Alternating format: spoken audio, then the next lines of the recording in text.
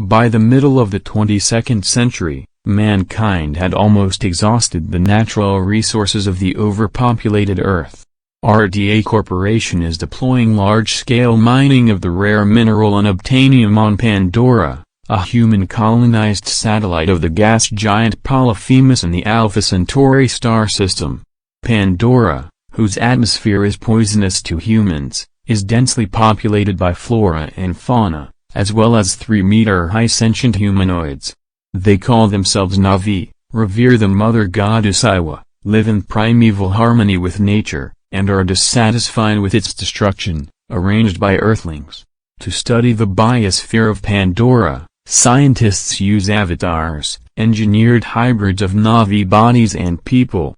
The avatar is remotely controlled by a human operator whose DNA was used to create it.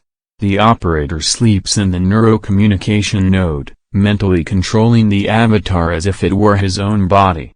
Avatars are extremely expensive, so when Tommy, a scientist and avatar operator, is killed shortly before being sent to Pandora, representatives of the RDA offer to take his place to the twin brother of the deceased Jake Sully, a paraplegic former Marine.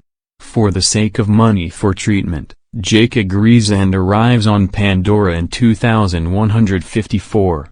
Jake meets the head of the Avatar program, Dr. Grace Augustine. She considers the soldier a poor substitute for the deceased scientist.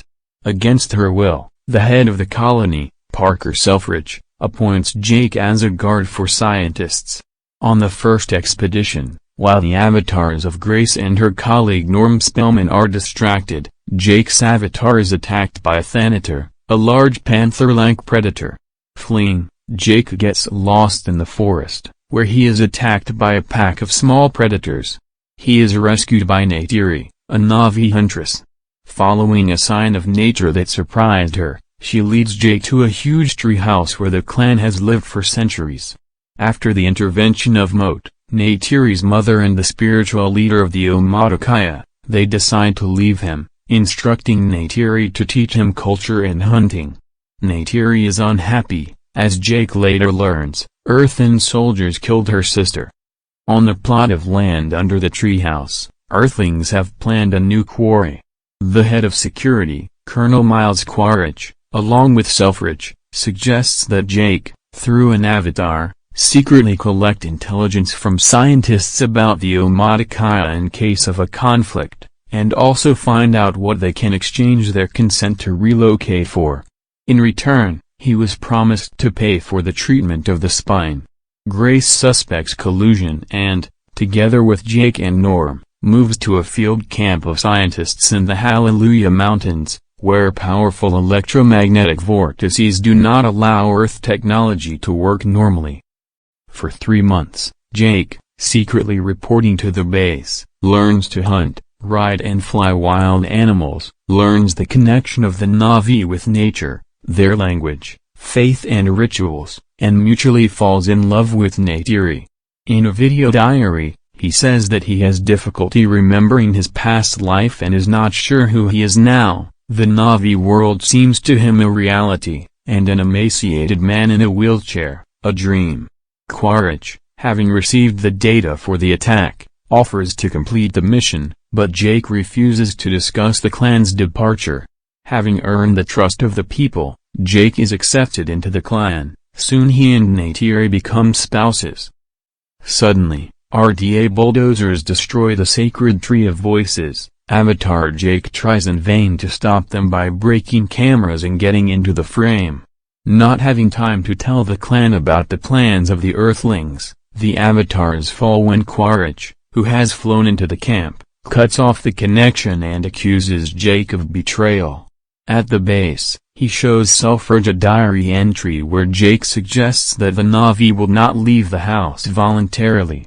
Disregarding Grace's arguments about a global neural network of trees that preserves people's memory and not feeling compassion for the Na'vi, Selfridge ends the Avatar program. The tribe retaliates by killing guards and burning bulldozers. Quaritch persuades Selfridge to use the attack as an excuse to demolish the treehouse, and Jake to let him and Grace convince the tribe to leave. Avatar Jake reports that the Heavenly will soon demolish the treehouse, and he knew everything and was sent to infiltrate. The tribe considers him a traitor, from his execution, and Grace saves the attack of Earthlings. Moat releases Jake, asking him to help if he is his own. The tree falls, the tribe barely escapes. Among the dead is Neytiri's father, the head of the clan. Neytiri chases Jake away.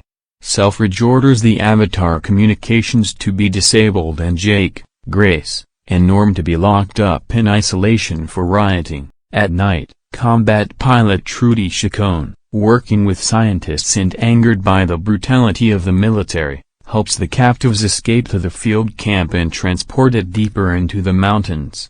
While escaping, Quaritch severely injures Grace. Entering the Avatar, Jake repeats the feat of the legendary hero Thor plus Ukamoto, riding the largest flying predator Thor plus Uka, which returns the trust of the Omaticaya. Jake asks them to help save Grace. She is placed under the sacred Tree of Souls, through which the tribe communicates with Ava. The clan tries to transfer Grace from her human body into her avatar. Due to weakness from the wound, both bodies die, but, according to Moat, her consciousness merged with Ava. Jake urges to gather the tribes and drive out the Heavenly Ones. Noticing the gathering from orbit, Quaritch mobilizes soldiers and miners for a defensive preemptive strike. He wants to bomb the Tree of Souls, demoralizing the enemy. Jake understands that he will have to fight with primitive weapons against technology, comes to the Tree of Souls and prays to Eve to look in Grace's memory how the Earthlings destroyed their nature and help preserve this one. In a large-scale battle, Earthlings are at war with the natives that are many times larger in number. Rescuing Jake, Trudy causes fire on herself and dies, like other secondary characters. The battle is almost lost, but nature turns against the colonists. All the fauna attacks and defeats the Earthlings. Flying on a tamed Toruk, Avatar Jake shoots down two of the largest ships with grenades, saving the Tree of Souls. Quaritch survives in the robosuit and finds the communications module where the Avatar controller Jake sleeps. Arriving in time, Neytiri, riding a Thanator, fights with Quaritch, but he almost kills her. Avatar Jake appears and in an unequal battle breaks the cockpit of the exoskeleton. But Quaritch breaks the module window.